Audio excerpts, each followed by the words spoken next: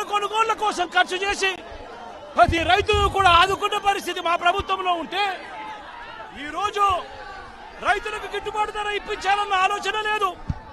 ఆర్బీకేల ద్వారా కొనుగోలు చేయాలి అన్న ఆలోచన లేదు.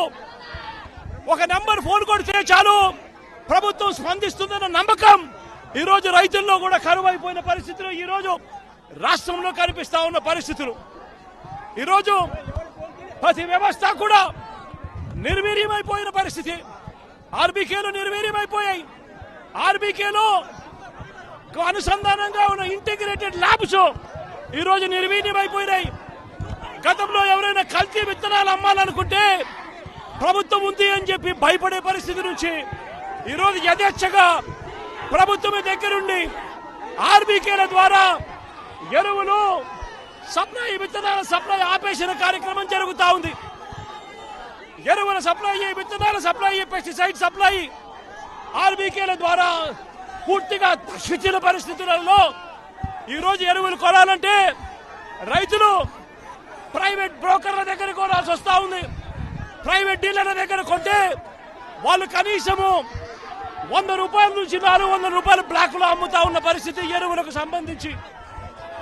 ఈ రోజు క్వాలిటీ కంట్రోల్ చేసే విషయంలో ప్రభుత్వం పూర్తిగా ఫెయిల్ అయిపోయిన పరిస్థితులు కనిపిస్తా ఉంది.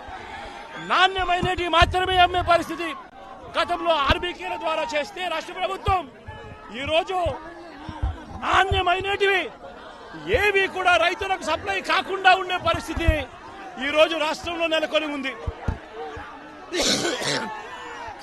ఇప్పటికైనా రాష్ట్ర ప్రభుత్వం కళ్ళు తెరిచి రైతులకు పెట్టుబడి సహాయం కింద వాళ్ళు ఇస్తామని చెప్పిన పీఎం కిసాన్ కాక 20,000 రూపాయలు ఏదైతే ఇస్తామని చెప్పారో అది కూడా రైతులను మోసం చేసిన పరిస్థితిలో ఈ రోజు రాష్ట్ర ప్రభుత్వం కనిపిస్తా ఉంది.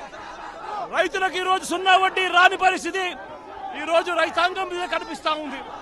ఈ రోజు ప్రతి విషయంలోనూ కూడా రైతులు ఈ ప్రభుత్వంలో నష్టపోయిన పరిస్థితుల మధ్య చంద్రబాబు నాయుడు గారు ఇప్పటికైనా కళ్ళు తెరవాలి, గుంటూరు మిర్చి యార్డుకు రావాలి, వచ్చి రైతుల కష్టాలు తెలుసుకొని రైతులకు కనీస గిట్టుబాటు ధర వచ్చే విధంగా రైతుల కోసం చంద్రబాబు నాయుడు గారు గట్టిగా నిలబడకపోతే తీవ్రమైన పరిణామాలుంటాయి.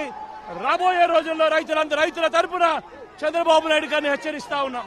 ఈ రోజు ఇక్కడ కూడా పరిస్థితి ఏమిటి అంటే ఒక ప్రతిపక్ష నాయకుడు ఇక్కడికి వస్తున్నాడు అనంటే, రైతులతో మాట్లాడే ప్రయత్నం చేస్తున్నాడు అనంటే కనీసం పోలీసుల భద్రత కూడా చంద్రబాబు నాయుడు గారు ఇవ్వని పరిస్థితి.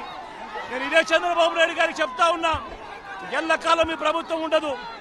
రేపొద్దున ప్రతిపక్షంలో మీరు కూర్చున్నప్పుడు ఇదే మాదిరిగా పోలీసు భద్రత మేము తీసేస్తే ఎలా ఉంటుందో ఒక్కసారి ఆలోచన చేసుకో చంద్రబాబు.